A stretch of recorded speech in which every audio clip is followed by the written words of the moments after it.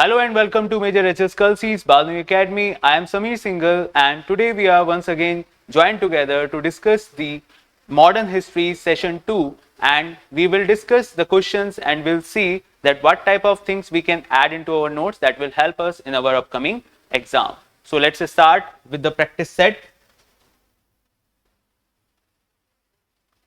So here is our set and let's see what first question refers to.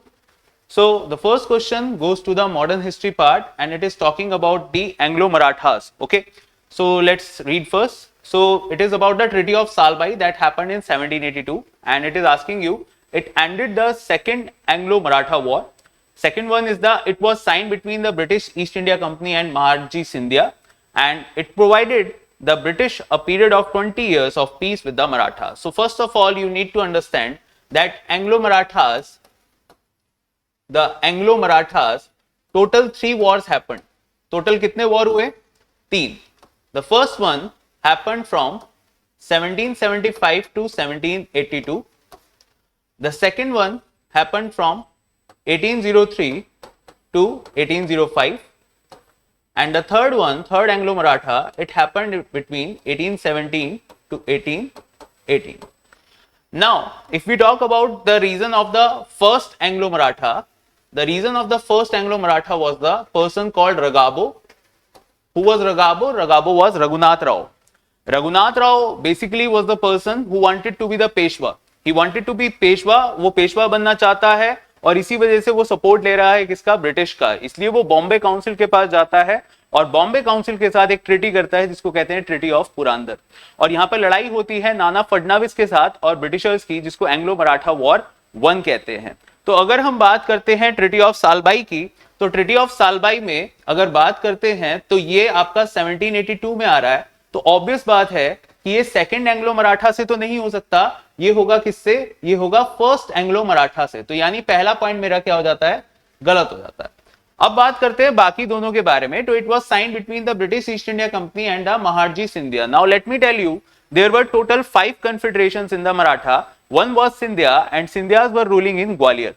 Gwalior में Scindia rule कर रहे हैं और उनके जो लीडर हैं वो कौन है? महारजी सिंधिया हैं. तो यहां पर अभी जो सिचुएशन थी उसमें नाना फडणवीस के बाद जो सबसे इंपॉर्टेंट व्यक्ति थे वो महारजी सिंधिया थे.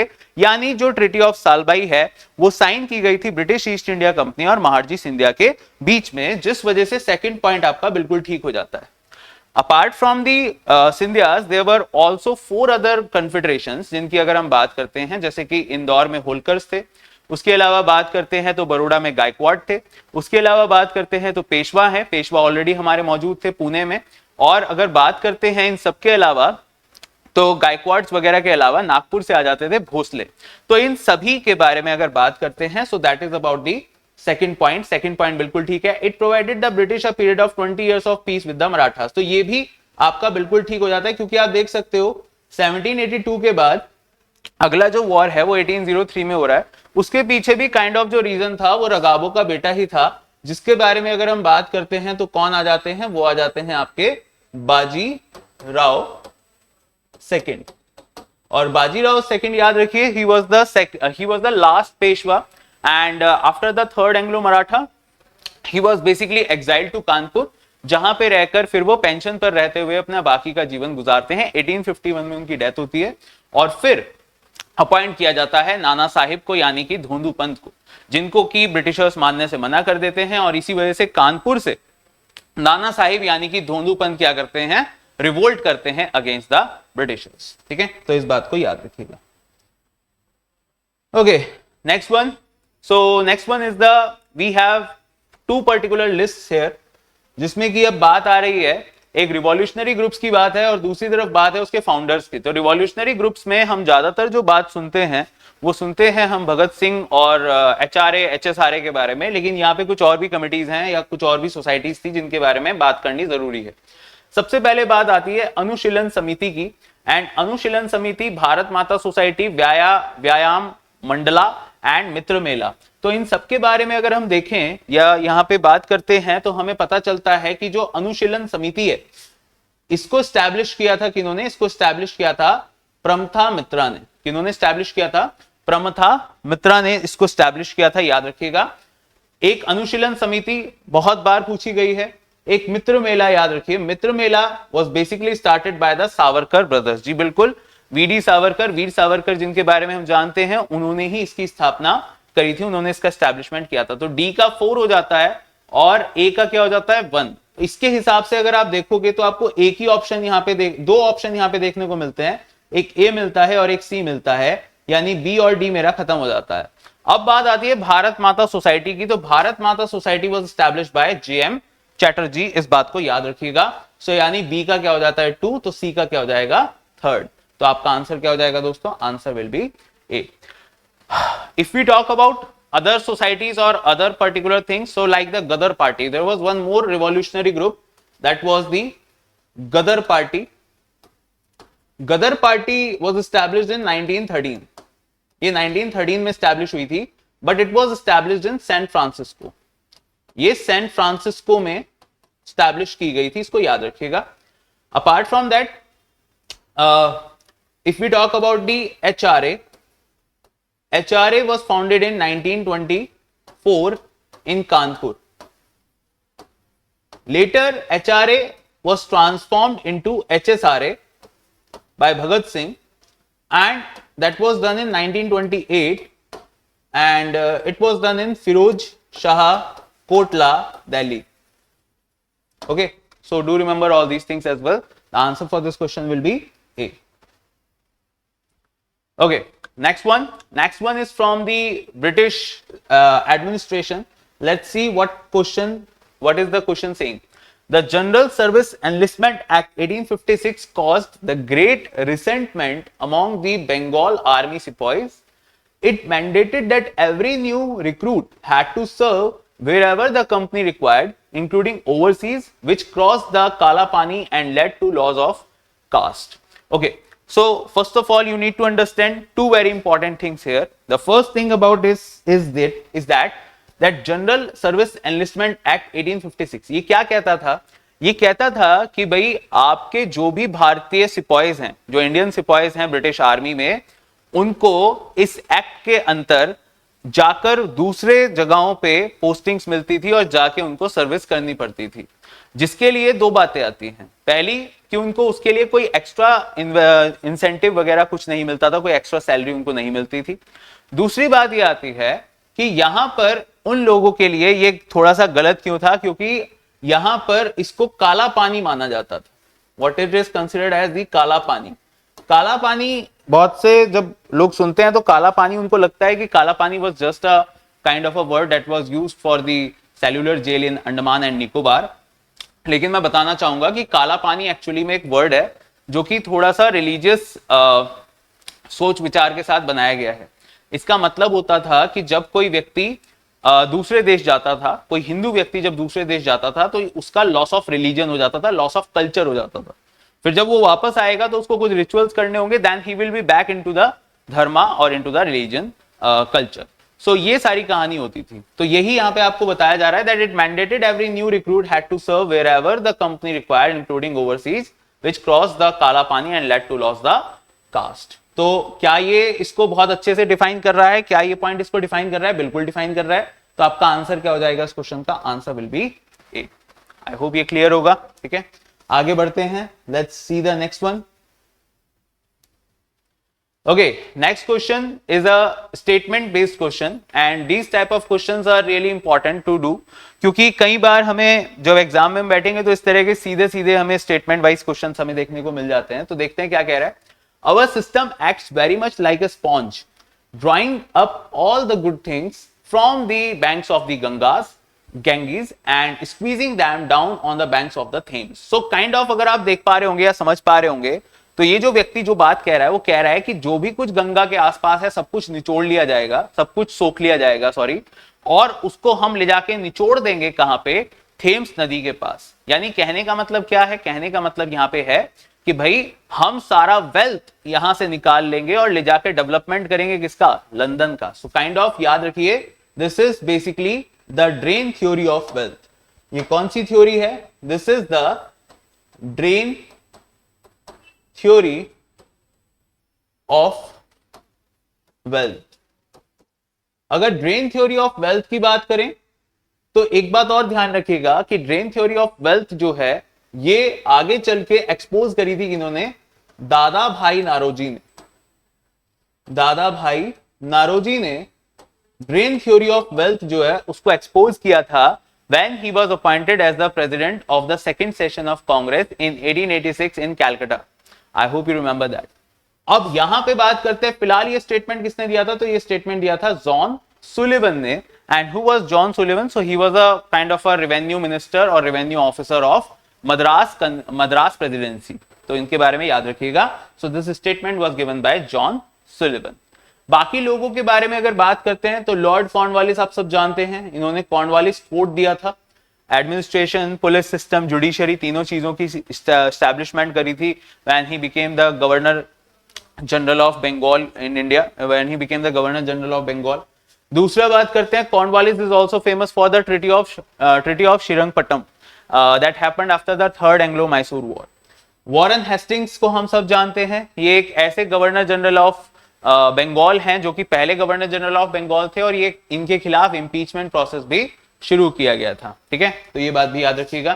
एंड थॉमस मुनरो का जो नाम आता है दोस्तों, तो थॉमस मुनरो का नाम आता है आपके रैयतवाड़ी सिस्टम में अलेक्जेंडर रीड के साथ। ठीक है, तो इनका नाम भी याद रखिएगा।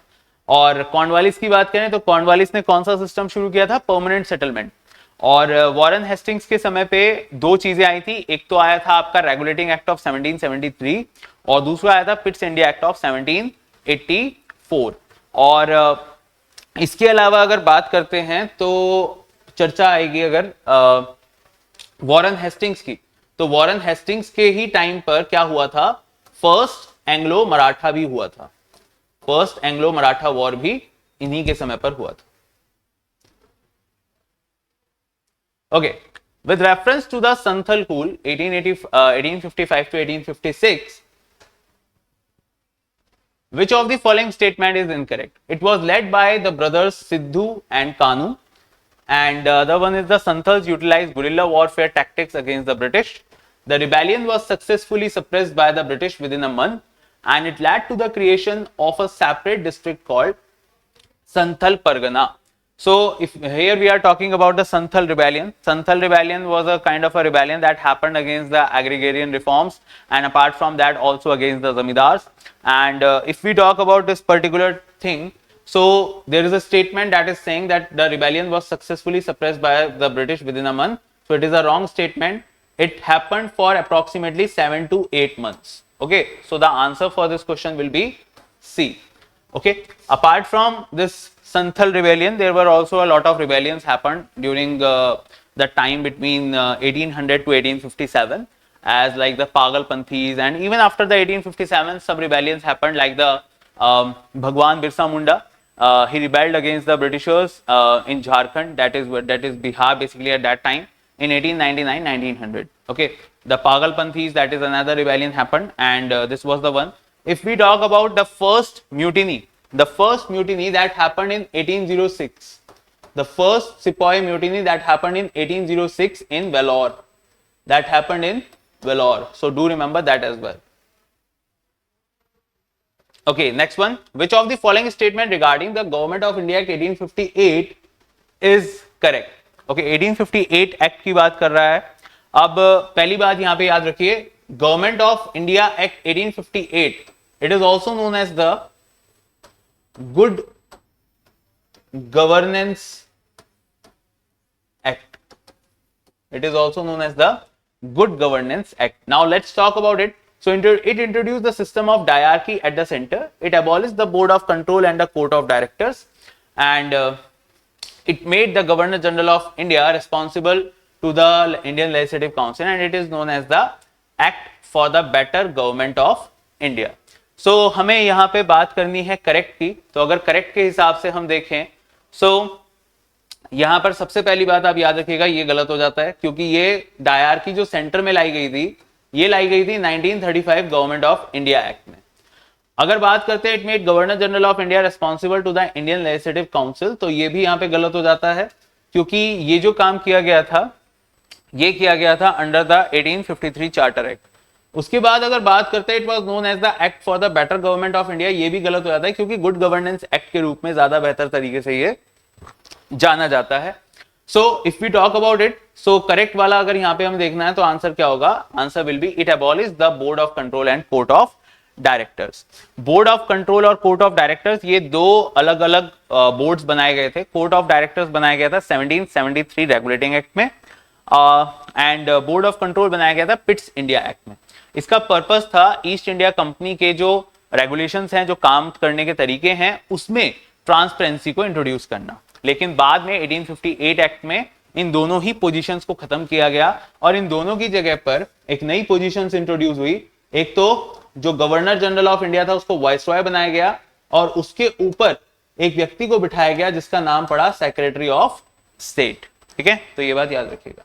Now let's move to the next one, let's see what it is saying.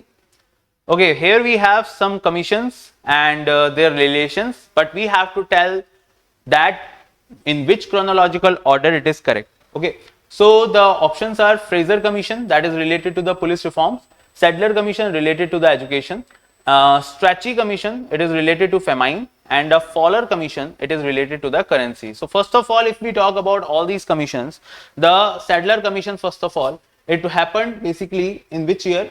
So Sadler Commission happened in 1917.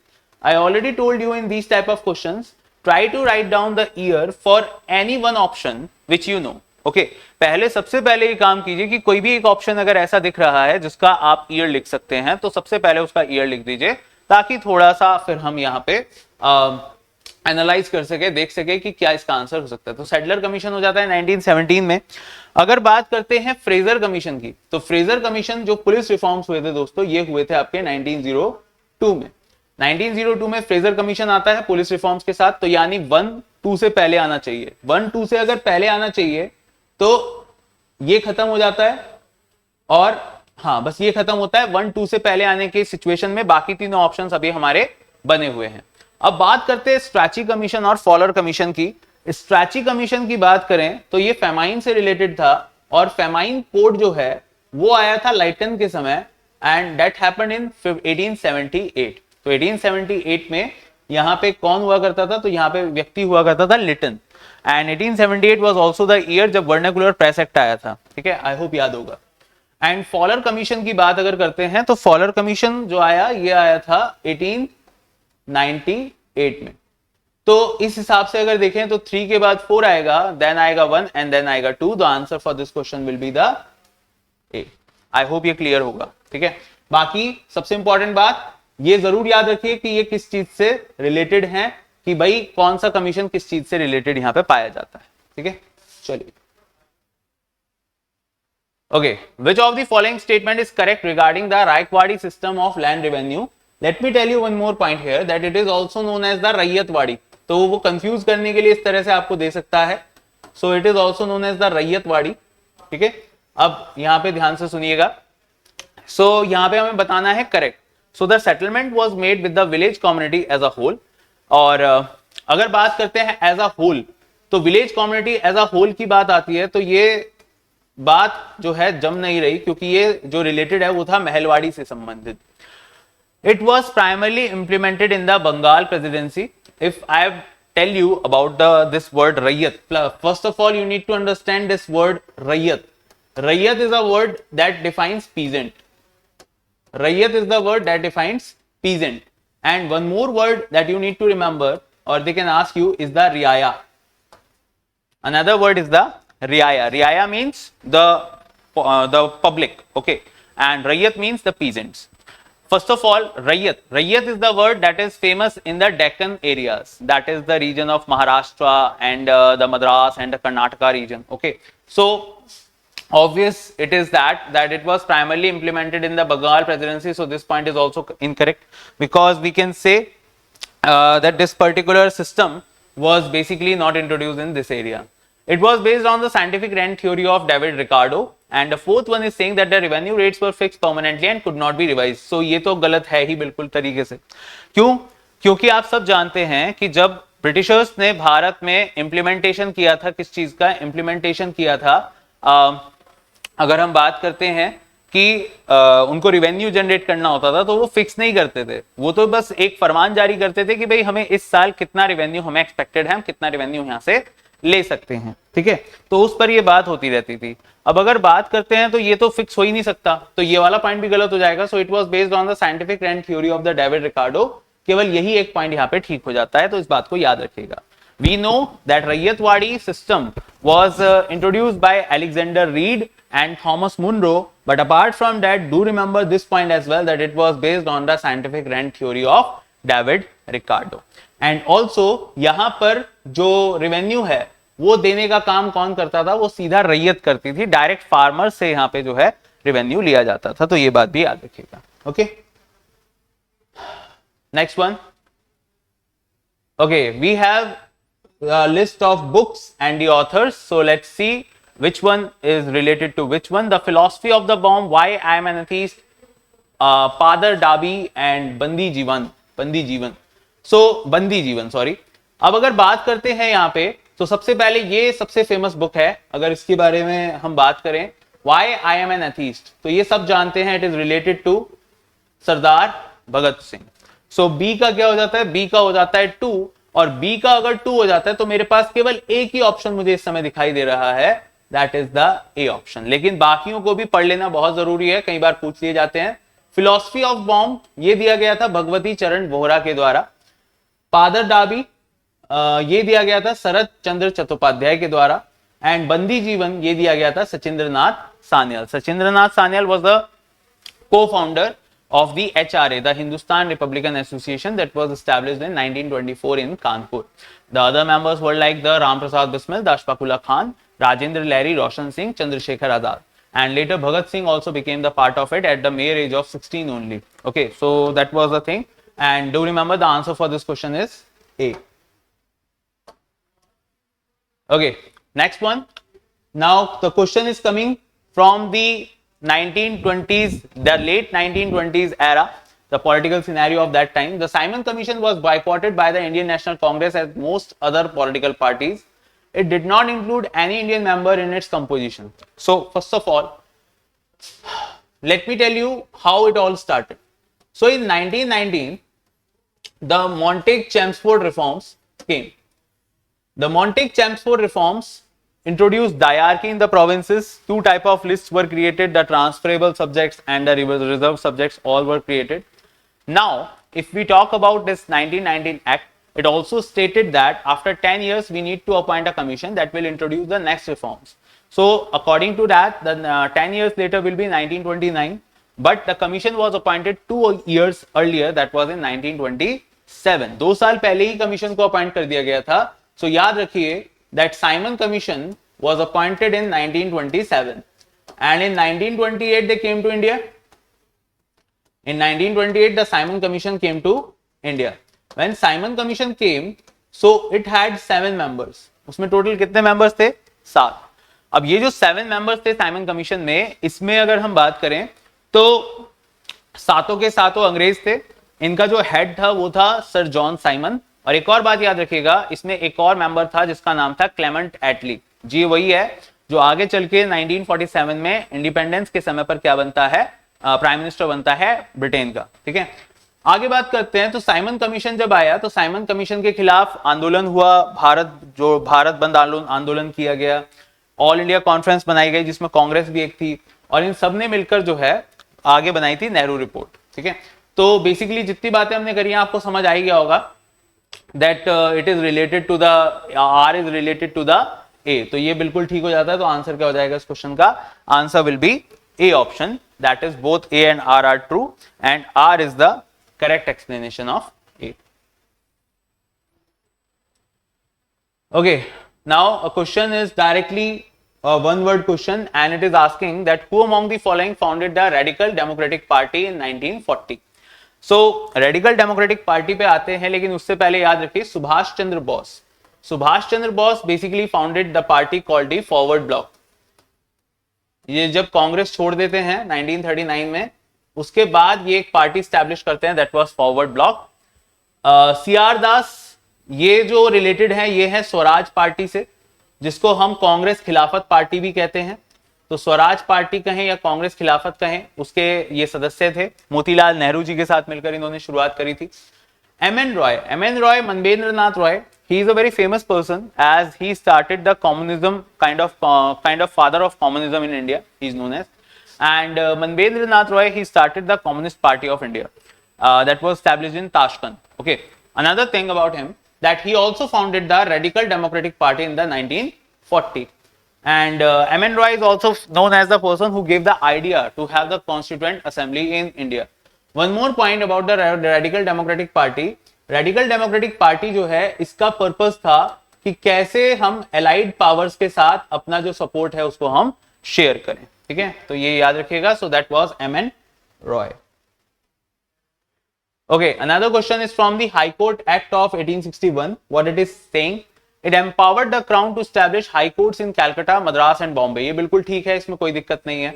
It abolished the existing Supreme Courts and सदर अदालत. ये भी बिल्कुल ठीक है, इसमें भी कोई दिक्कत नहीं है, क्योंकि देखो ये बात समझ लीजिएगा, जो 1773 रेगुलेटिंग एक्ट आया था उसमें 1774 में एक सुप्रीम कोर्ट बनाई गई थी कैलकाटा में. लेकिन मैं आपको यहाँ पे बात बताना चाहूंगा कि जो 1774 में सुप्रीम कोर्ट बनाई गई थी कैलकाटा में, उसका पर्पस भारत से रिलेटेड कुछ नहीं था. उसका पर्पस केवल ईस्ट इंडिया कंपनी के कामों को देखना हुआ करता था. वो ईस्ट इंडिया कंपनी के रेगुलेशंस को देखती थी. ठीक है, तो काइंड ऑफ सुप्रीम कोर्ट को रिप्लेस कर दिया था हाई कोर्ट्स ने. ठीक है, 1861 के बाद जैसे ये एक्ट आता है उसके बाद रिप्लेस कर दिया था. तो दूसरा वाला भी बिल्कुल ठीक हो जाता है, पहला वाला भी ठीक है. एक बात और याद रखिएगा, 1866 में इलाहाबाद हाई कोर्ट बनता है, जो कि आज के टाइम पे अगर बात करते हैं तो भारत में सबसे बड़ा हाई कोर्ट है, बिकॉज सबसे ज्यादा जजेस उसमें पाए जाते हैं.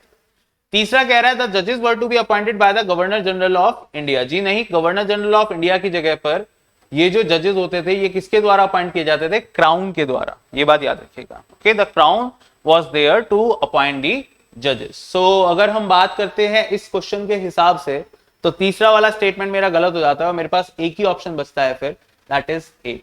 So answer is only 1 and 2. आज के टाइम पे अगर बात करें जजेस की अपॉइंटमेंट की, सो हाई कोर्ट और सुप्रीम कोर्ट दोनों के जो जजेस हैं उनका जो फाइनल अपॉइंटमेंट होता है वो प्रेसिडेंट के कहने पर होता है, और जो आपके डिस्ट्रिक्ट कोर्ट के जजेस होते हैं उनका अपॉइंटमेंट जो फाइनल होता है वो होता है गवर्नर के कहने पर. ये बात याद रखिएगा. ठीक है, now let's move to the other one and let's see what question we have. Okay, a very famous question and a very famous topic, the doctrine of lapse we have now. So it is asking the statement regarding the doctrine of lapse is incorrect. So it was extensively used by Lord Dalhousie. Satara was the first state to be annexed under this doctrine. ये बिल्कुल ठीक बात है. ये हुआ था 1848 में. It applied to the states where the rulers died without a natural heir. ये भी बिल्कुल ठीक बात है, क्योंकि इसी में बहुत सारे किंगडम्स को इन्होंने एनेक्स कर लिया था. बस एक चीज याद रखिएगा, एक किंगडम था जिसका नाम था अवध. अवध का जो ये किंगडम है, यहां पे इन्होंने क्या किया था, यहां पे इन्होंने कहा था मिस गवर्नेंस. इन्होंने कहा कि मिस गवर्नेंस के आधार पर हम अवध को एनेक्स कर रहे हैं. ठीक है, तो ये बात आ जाती है. And Awadh was annexed in 1856 based on the doctrine of lapse. तो 1856 में ही अवध को एनेक्स किया गया था. ये बिल्कुल ठीक बात आ जाती है. तो अगर हम इस हिसाब से देखें बच्चों, लेकिन एक बात मैंने आपको अभी क्या बताई कि मिस गवर्नेंस के आधार पर किया गया था. तो based on doctrine of lapse, क्या ये पॉइंट सही हो जाता है? बिल्कुल नहीं. तो आंसर क्या हो जाएगा आपका? आंसर हो जाएगा डी. क्यों? क्योंकि अवध को मिस गवर्नेंस के बेसिस पर एनेक्स किया गया था. Who was the nawab at that time? The nawab was Wajid Ali Shah and his wife was Begum Hazrat Mahal. That is why from Awadh, और we can say the Lucknow, the revolt was started by Begum Hazrat Mahal.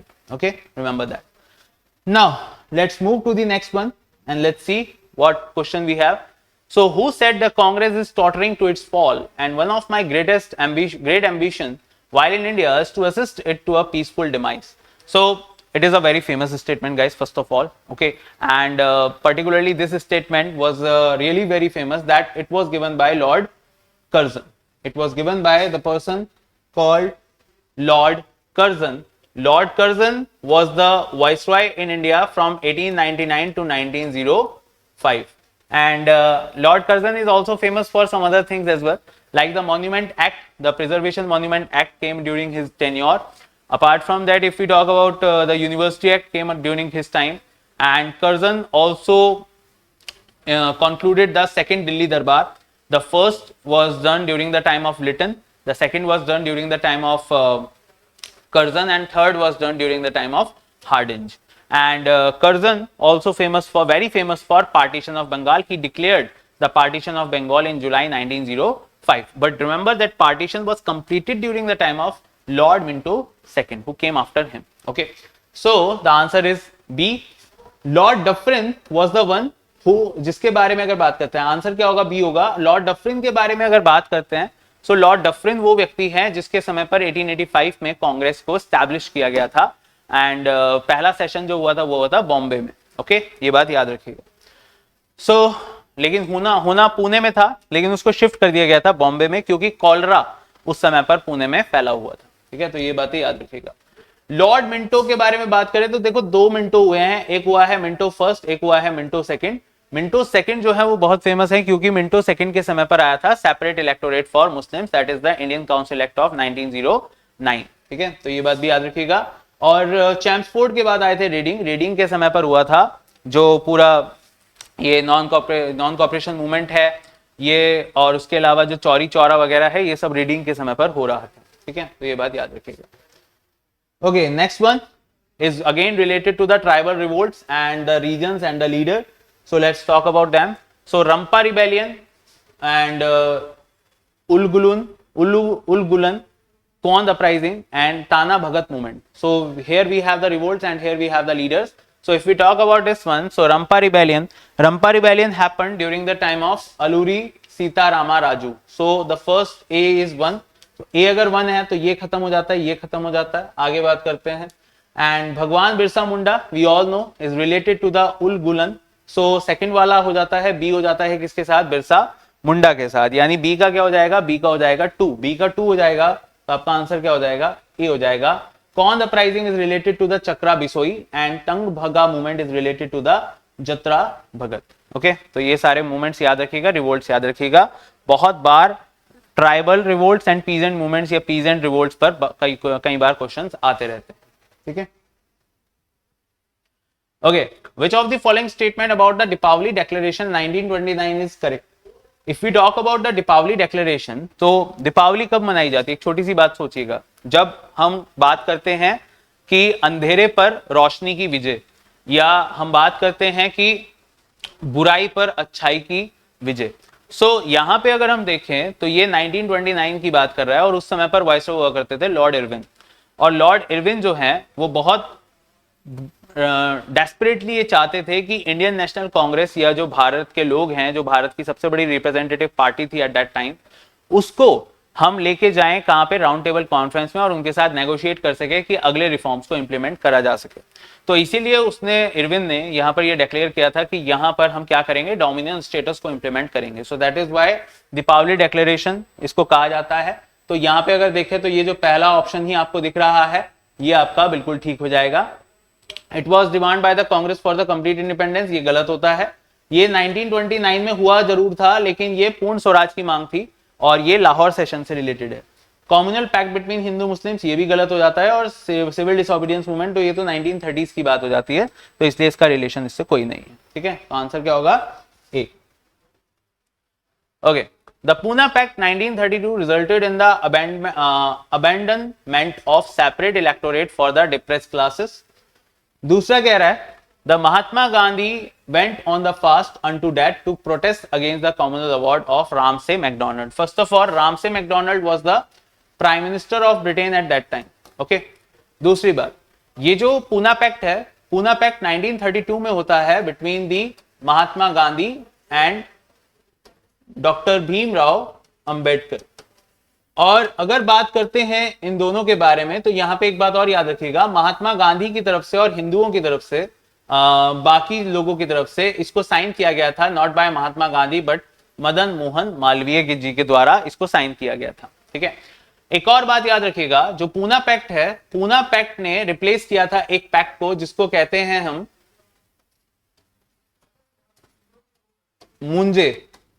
Moonje pact के नाम से जाना जाता था. तो मुंजे पैक्ट को रिप्लेस किया था किस पैक्ट ने? पूना पैक्ट ने. ठीक है, तो ये बात भी याद रखिएगा. राजा मुंजे पैक्ट, इसका पूरा नाम है राजा मुंजे पैक्ट. ठीक है, इसको रिप्लेस किया गया था.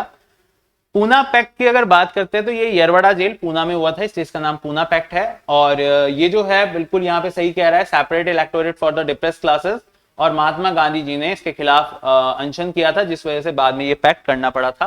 तो आंसर क्या हो जाएगा? आंसर हो जाएगा both A and R are true, and R is the correct explanation of A. Clear? आगे बढ़ते हैं। Okay, who was the editor of the journal Kudi Arasu which promoted the self respect movement? So self respect movement हमेशा याद रखिए, ये काफी बार exams में पूछा गया है। self respect movement किसके द्वारा लाया गया था? So self respect movement was the part of the self respect movement was the part of the thinking of Mr. Periyar. So it was given by E.M. Ramaswamy Naikar, who is famously known as the Periyar. So the answer for this question is the B option. So according to Periyar, he started the self-respect movement.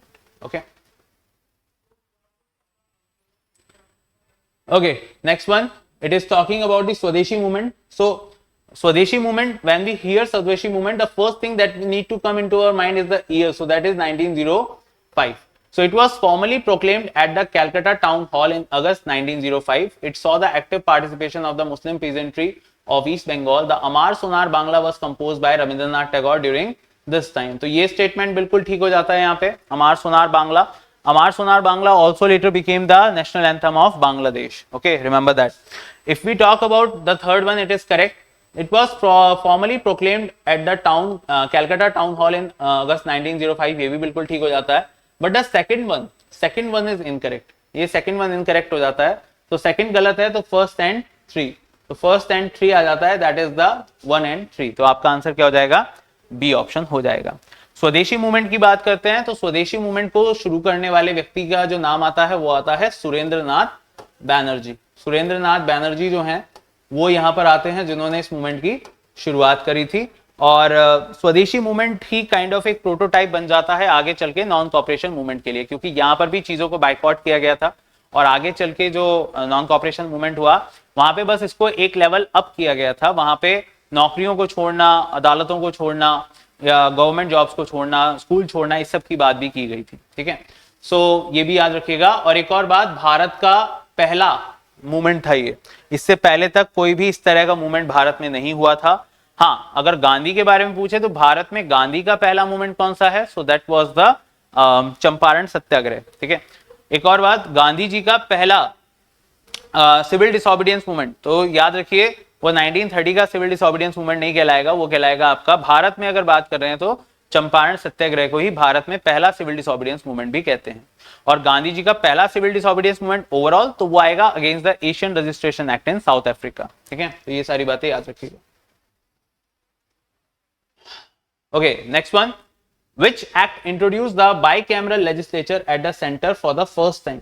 Centre में bicameral legislature की बात कर रहा है, यानी कि ये कह रहा है कि हमारा जो सेंटर है वहां पे दो तरह के लेजिस्लेचर्स बनाए गए। बाइकैमरल लेजिस्लेचर क्या होता है? जैसे आज के टाइम पे हमारी पार्लियामेंट में दो हाउसेज होते हैं, लोकसभा और राज्यसभा। ठीक है, तो that is called the bicameral legislature. तो बेसिकली वो ये पूछना चाह रहा है कि वो कौन सा एक्ट था जिसमें आपके सेंटर में पहली बार इस चीज को इंट्रोड्यूस किया गया था, बाइकैमरल लेजिस्लेचर को लाया गया था। तो याद रखिएगा, the answer for this one is the government of India act 1919। ठीक है, बाइकैमरल लेजिस्लेचर को लाया गया था और प्रोविंसेस में किस चीज को लाया गया था? डायरकी को इंट्रोड्यूस किया गया था। और फिर 1935 में डायरकी को प्रोविंसेस से हटा के सेंटर में इंट्रोड्यूस किया गया था, फेडरल सिस्टम को इंट्रोड्यूस किया गया था। ये सारी बातें आती है। और इंडियन काउंसिल एक्ट 1909 में क्या हुआ था? तो यहाँ पे सेपरेट इलेक्टोरेट फॉर मुस्लिम्स दिया गया था। अच्छा, सेपरेट इलेक्टोरेट फॉर मुस्लिम्स दिया तो भाई बाकी कम्युनिटीज ने भी मांग करी, तो बाकी कम्युनिटीज यानी कि जो सिख हैं, एंग्लो इंडियंस हैं, क्रिश्चियंस हैं, जो इंडियन क्रिश्चियंस हुआ करते थे, उन सबको सेपरेट इलेक्टोरेट कब दिया गया? तो वो दिया गया गवर्नमेंट ऑफ इंडिया एक्ट 1919 में। ठीक है, तो ये सारी बात आ जाती है। 1935 गवर्नमेंट ऑफ इंडिया एक्ट जो है ये अंग्रेजों द्वारा भारत को दिया गया लार्जेस्ट रिटन कॉन्स्टिट्यूशन था एट दैट टाइम। और 1947 एक्ट जो है वो इंडिपेंडेंस एक्ट है, जो कि 1947 में जुलाई में पास हुआ था हाउस ऑफ कॉमन से और 15 अगस्त को एनेक्ट हुआ, जिस वजह से भारत को और पाकिस्तान दो डोमिनेंट स्टेट्स को यहाँ पे बनाया गया। ठीक है, now next one, which of the following was associated with the Paris Indian society? Paris Indian society की अगर बात करते हैं तो याद रखिएगा, it was started in 1905। and in 1905 the Paris Indian Society was formed by madam Bhikaji Cama. Madam Bhikaji Cama ji ने इसकी शुरुआत करी थी पेरिस इंडियन सोसाइटी की, इस चीज को याद रखिएगा। लाला हरदयाल और तारकनाथ दास, इन दोनों की बात आती है तो इन दोनों ने मिलकर शुरुआत करी थी गदर पार्टी की, Ghadar party. Taraknath Das was not directly involved but kind of he was the part. So लाला हरदयाल और यहाँ पे एक और नाम आ जाता है सोहन सिंह भाखना, ये दो मेजर फाउंडर्स थे। फिर आगे चल के करतार सिंह सराभा भी इसके एक बहुत ही इंपॉर्टेंट मेंबर बन जाते हैं। And V D Savarkar, we all know, V D Savarkar ji ने अपने भाई के साथ मिलकर शुरुआत करी थी मित्र मेला की, ठीक है। Okay, next one, who was the first Indian to be elected to the British House of Commons? It is a very important question and has been asked so many times. So the answer, remember the answer is Dada Bhai Naroji. Dada Bhai Naroji, he was a Persian. He was a Persian and he was the first Asian, or first Indian, I can say, who elected as the member of the House of Commons in Britain. If we talk about Dadabhai Naoroji मोर, तो मैंने एक बात आपको बताई, drain theory of wealth को expose किया था इन्होंने जब ये कांग्रेस के प्रेसिडेंट बने थे ड्यूरिंग द 1886 कैलकाटा सेशन। दादा भाई नरोजी जो हैं वो grand old man of India भी कहलाते हैं, ये बात भी याद रखिएगा। अपार्ट फ्रॉम दैट, दादा भाई नरोजी जो हैं वो एक ऐसे व्यक्ति के रूप में जाने जाते हैं दोस्तों जिन्होंने किताब लिखी थी poverty and un British rule in India. He was also the first person who calculated the per capita income in India, ये बात भी इनके बारे में याद रखिएगा। और दादा भाई नरोजी जो हैं याद रखिए पहली बार 1886 के कैलकाटा सेशन में प्रेसिडेंट के रूप में देखे गए थे। 1885 का जो सेशन था उसमें प्रेसिडेंट कौन थे? उसमें थे Womesh Chandra Banerjee. And who was the first Muslim president of Congress? So that was Badruddin Tyabji in 1887 in Madras. Okay, remember that. Okay, next one, which of the following statement is incorrect regarding the Wavell plan? So सबसे पहली बात तो आपको ये पता होनी चाहिए, Wavell plan देखो कब आया था? 1945 में। और वेवल प्लान जो है वो एक तरह से स्ट्रैटेजी थी, किसकी? ये स्ट्रैटेजी थी चर्चिल की। चर्चिल जो है, विंस्टन चर्चिल जो प्राइम मिनिस्टर था of Britain during the second world war, during the second half of second world war, उस टाइम पर विंस्टन चर्चिल का सोचना ये था कि हम थोड़ा नेगोशिएट करते हैं इंडियंस के साथ और यहाँ पर नेगोशिएशन में हम कोशिश करेंगे कि हम और लंबे समय तक या थोड़ा दूसरे तरीके से हम भारत में और रह सकें, ठीक है। तो वेवल को उन्होंने भेजा था और वेवल जो है उन्होंने किसको रिप्लेस किया था? Wavell was the viceroy. Wavell ने रिप्लेस किया था लिन लिथगो को। किसको रिप्लेस किया था? लिन लिथगो। याद रखिएगा, अगर आपसे पूछते हैं कि who was the viceroy in India who served for the maximum amount of time, who served for the largest period of time, so that was Linlithgow. Linlithgow सबसे लंबे समय तक वाइसरॉय रहे थे, ठीक है, उनके रिप्लेस किया था वेवल ने। अब बात करते हैं यहां पर, जरा देखते हैं। तो it propose the all the members of viceroy executive council expect the commander in chief would be Indians. ये बिल्कुल ठीक है, इसमें कोई दिक्कत नहीं लगती। It aim to provide equal representation of caste Hindus and Muslims, ये भी ठीक है। It was rejected by Muslim League because they wanted the right to nominate all Muslim members, ये भी ठीक हो जाता है। चौथा कह रहा है it propose the immediate grant of complete independence. तो मैंने आपको अभी बताया कि वेवल प्लान एक माइंड था, एक आइडिया था चर्चिल का कि हम और कितने लंबे समय तक रह सकते हैं, तो कंप्लीट इंडिपेंडेंस की बात ही नहीं होती, तो ये आंसर हो जाएगा डी। देन चर्चिल जो है वो हट जाते हैं क्योंकि ब्रिटेन में चुनाव होते हैं और ब्रिटेन में जो पार्टी जीतती है that was the liberal party, और लिबरल पार्टी को लीड कर रहे थे क्लेमेंट एटली। और क्लेमेंट एटली जैसे ही आते हैं वो आते ही भारत में एक नया मिशन भेजते हैं और वो मिशन कहलाता है दोस्तों कैबिनेट मिशन। फिर कैबिनेट मिशन यहाँ पर कॉन्स्टिट्यूएंट असेंबली फॉर्मुलेट करता है। फिर आगे चल के कैबिनेट मिशन भी काइंड ऑफ फेल हो जाता है, कॉन्स्टिट्यूएंट असेंबली जरूर बन जाती है, लेकिन जो इंडिया पाकिस्तान वाली कहानी थी वो मैटर सेटल नहीं हो पाता है। तो उसके बाद आता है एटली का डेक्लेरेशन। एटली डेक्लेरेशन देते हैं फरवरी 1947 में कि 30 जून 1948 तक हम भारत को आजाद कर देंगे। उसके बाद माउंटबेटन को भारत में वाइसरॉय के रूप में भेजा जाता है। So Mountbatten replace Wavell and Mountbatten आते हैं। पहले वो डिकी बर्ड प्लान लेके आते हैं। डिकी बर्ड प्लान जो था वो बाल्कन प्लान के रूप में देखा जाता है और उसको कोई नहीं मानता। फिर उसके बाद आती है बात 3 जून प्लान, जिसको माउंटबेटन प्लान कहते हैं। फाइनली वो एक्सेप्ट होता है एंड फाइनली जुलाई 1947 में इंडिपेंडेंस एक्ट को पास किया जाता है ब्रिटेन के हाउस ऑफ कॉमन्स में। और फाइनली 15 अगस्त 1947 रात 12 बजे इसको एनेक्ट कर दिया जाता है इंडिया में, ठीक है। तो ये सारी कहानी आती है, याद रखिएगा, that is the chronology of all these acts. Okay, I have no doubt that the day of deliverance will be observed by the Muslims throughout India. This statement was made by whom in 1939? अच्छा, last question जो है उसका answer क्या है? उसका answer है D, ठीक है ना।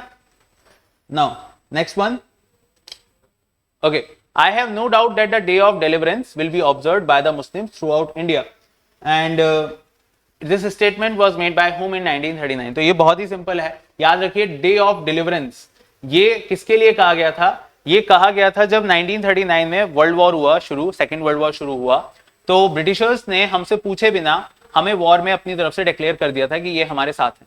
तो 1937 में जो प्रोविंशियल इलेक्शंस हुए थे उसमें कांग्रेस ने 7 प्रोविंसेस में अपनी मेजॉरिटी बनाई थी और वहां पर उन्होंने कांग्रेस मिनिस्ट्रीज की शुरुआत करी थी। जब 1939 में ये डिक्लेरेशन ब्रिटिशर्स ने दिया तो उस टाइम पर सारी कांग्रेस मिनिस्ट्रीज ने रिजाइन कर दिया था, and because of this resignation the Jinnah he called that day the day of deliverance. So the answer for this question is Muhammad Ali Jinnah. ये बात याद रखिएगा। He was the first Governor General of Pakistan. Do remember that. बहुत से लोगों को लगता है कि ये पहले प्रधानमंत्री थे, नहीं, लियाकत अली खान पहले प्रधानमंत्री थे पाकिस्तान में। Okay. Okay, the next one, the Inam Commission 1852 was appointed to look into the land grants, and it recommended the confiscation of thousands of estates whose owners could not produce title deeds. तो यहाँ पे अगर बात करते हैं, ये जो question हमारे सामने है ये बेसिकली हमसे पूछ रहा है कि 1852 में जो इनाम कमीशन बना था उसका जो पर्पस था वो क्या था, और बेसिकली वो किससे संबंधित था। तो यहाँ पे बात करते हैं तो ये पहला पॉइंट बिल्कुल ठीक हो जाता है, दूसरा भी ठीक है। एक और बात याद रखिएगा कि यही वो दिक्कत थी जिसकी वजह से एग्रीगेरियन डिस्ट्रेस हुआ था, कहां पे? डेक्कन में और बॉम्बे में, और 1857 में काइंड ऑफ यही एक रीजन बना था कि वहां पे लोगों ने रिवोल्ट किया था काइंड ऑफ इसके खिलाफ। So the answer for this question is a. So Inam commission is basically a kind of a reward thing जो कि बनाया गया था जमींदारों के लिए, कि जो जमींदार यहाँ पे बेहतर परफॉर्मेंस देंगे, रेवेन्यू अच्छा जनरेट करेंगे, तो उनको इनाम में टाइटल्स वगैरह दिए जाते थे, तो उससे रिलेटेड था। ये बिल्कुल ठीक है, यहाँ पे जो सेकंड वाला है वो इसका ही आंसर होगा। तो both A and R are true and R is the correct explanation of A. Okay, which of the following statement about the plan Balkan is correct? Plan Balkan के बारे में इसमें से कौन से पॉइंट सही है? It was a plan for economic recovery of India post world war II. It was proposed by Lord Mountbatten, allows provinces to declare independence individually. It was a plan to reorganize the Indian army, and it was the name given to the integration of princely states. तो इसका answer होगा बच्चों B. याद रखिए, मैंने अभी थोड़ी देर पहले जब आपको पूरी क्रोनोलॉजी समझाई उसमें मैंने एक बात बोली थी, मैंने बोला था डिकी बर्ड प्लान, और ये डिकी बर्ड प्लान ही है जिसको जवाहरलाल नेहरू जी ने बोला था बाल्कन प्लान, और इसका आंसर होगा बी। क्योंकि लॉर्ड माउंटबेटन ये कह रहे थे, वो कह रहे थे कि भाई जितने भी प्रोविंसेस हैं उन सभी को यहाँ पे इंडिपेंडेंट कर देना चाहिए, ये उनकी अपनी मर्जी होनी चाहिए कि वो क्या करना चाहते हैं। तो इस प्लान को रिजेक्ट कर दिया गया था, and it was the name of this plan was, do remember, Dickie Bird plan, and Jawaharlal Nehru called it the Balkan plan. इसको बाल्कन प्लान के नाम से उन्होंने रिकॉग्नाइज किया था। Okay, which of the following was the main objective of the Butler committee?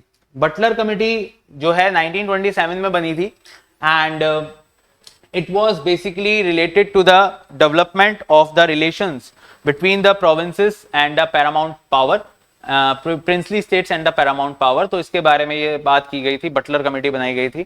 तो अगर हम यहाँ पे ध्यान से देखें तो एजुकेशन सिस्टम जी नहीं, इसका आंसर जो होगा, the answer for this question will be the B, to examine the relationship between the paramount power and the princely states. जो प्रिंसली स्टेट्स हैं उनको कैसे देखा जाएगा, क्योंकि देखो 1919 में गवर्नमेंट ऑफ इंडिया एक्ट आया था, अब अगले रिफॉर्म्स लाने थे, तो ये बहुत जरूरी हो गया था ये देखना कि प्रिंसली स्टेट्स क्या सोच रहे हैं, क्या विचार कर रहे हैं।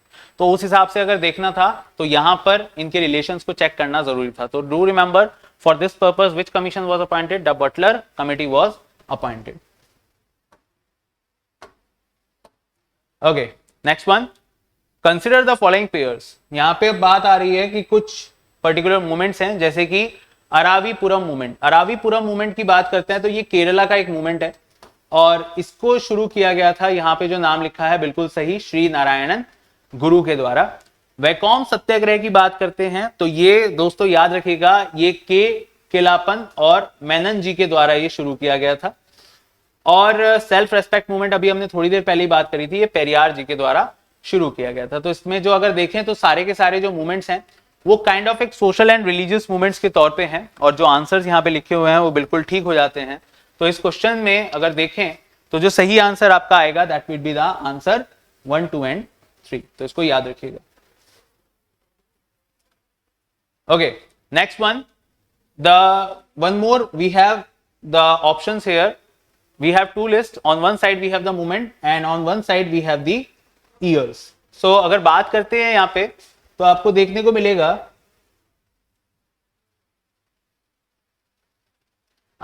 मिलेगा, कि नॉन कॉपरेशन मूवमेंट है। तो नॉन कॉपरेशन मूवमेंट हम सब बहुत अच्छे से जानते हैं that it was introduced in 1920। 1920 में पहला मॉब मूवमेंट जो है वो गांधी शुरू करते हैं, और ये फर्स्ट मॉब मूवमेंट होता है। इससे पहले गांधी जी ने 3 मूवमेंट्स करे थे, Champaran, after that the Ahmedabad mill strike and the Kheda movement, और ये पहला मॉब मूवमेंट था जो गांधी जी द्वारा किया गया था, non cooperation movement, that was in 1920। Mob movement कहें या एक जन आंदोलन कहें तो वो उसके रूप में देखा जाता है। सिविल डिसोबीडियंस मूवमेंट याद रखिए गांधी जी द्वारा ही शुरू किया गया था 1930 में, ये बात भी आती है। सॉल्ट सत्याग्रह के नाम से या सॉल्ट मार्च के नाम से जाना जाता है। Individual satyagraha was also started by Gandhi ji in 1940, and the first 3 individual satyagrahis were the Vinoba Bhave, the Jawaharlal Nehru and the Brahmadatt. Okay, और क्विट इंडिया मूवमेंट हम सब जानते हैं 1942 में आता है। तो इसका जो आंसर हो जाएगा दोस्तों वो हो जाएगा a option. Quit India movement is also known as August Kranti and a leaderless movement, और यही मूवमेंट था जिसके खिलाफ ब्रिटिशर्स ने ऑपरेशन 0 आवर चलाया था। गांधी जी को आगा खान पैलेस और जवाहरलाल नेहरू को अहमदनगर फोर्ट यानी अहमदनगर जेल में बंद कर दिया गया था। ठीक है, तो ये सारे मूवमेंट्स हो जाते हैं। These are the 4 very important movements of Gandhi ji. Okay, next one we have is the particularly we have one more list here. So the list is once again is related to the Viceroys and the key events. So if we talk about the Viceroys and the key events, यहाँ पे बात आ रही है Lord Mayo की और Northbrook, Elgin and Reading. Lord Mayo जो है, सबसे पहले इनके बारे में सुन लीजिए। Lord Mayo is famous for 3 things. First one is the Mayo college, Rajasthan में मेयो कॉलेज की शुरुआत करी थी जो कि प्रिंस लोगों के लिए बनाए जाते थे। दूसरी चीज, मेयो ने पहली बार 1872 में किया था पहला सेंसस। मेरी बात ध्यान से सुनिएगा, अगर पहला ऑफिशियल सेंसस करें तो 1881 से शुरू हुआ था रिपन के समय, लेकिन सेंसस पहला नॉन ऑफिशियल आप कह सकते हो 1872 में किसने किया था? लॉर्ड मेयो ने किया था। ठीक है, तीसरी बात, Lord Mayo is famous as a person जिनका असैसिनेशन हो गया था जब वो गए हुए थे सेल्यूलर जेल का प्रशिक्षण करने। जब वो सेल्यूलर जेल को सर्वे करने गए हुए थे वहां पे उनका असैसिनेशन कर दिया गया था। ठीक है, 1872 में ही। तो ये बात आ जाती है। अब लॉर्ड मेयो, मैंने जैसा बोला, देखो first census in India non official. ठीक है, तो आंसर ए का क्या हो जाएगा? 1। ए का 1 हो जाएगा तो बी खत्म, डी खत्म। अब बात आती है बाकी सबकी, तो यहाँ पे जो लॉर्ड नॉर्थब्रुक हैं, so he is famous for the Kuka revolt in Punjab. ये पीजेंट्स जमींदारों का मूवमेंट था।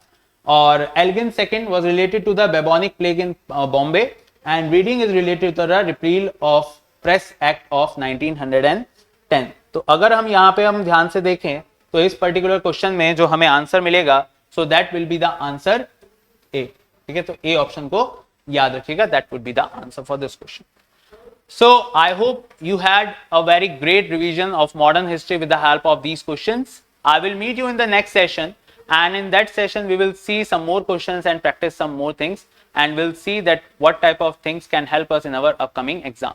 Till then, do your best, take care, and Jai Hind guys.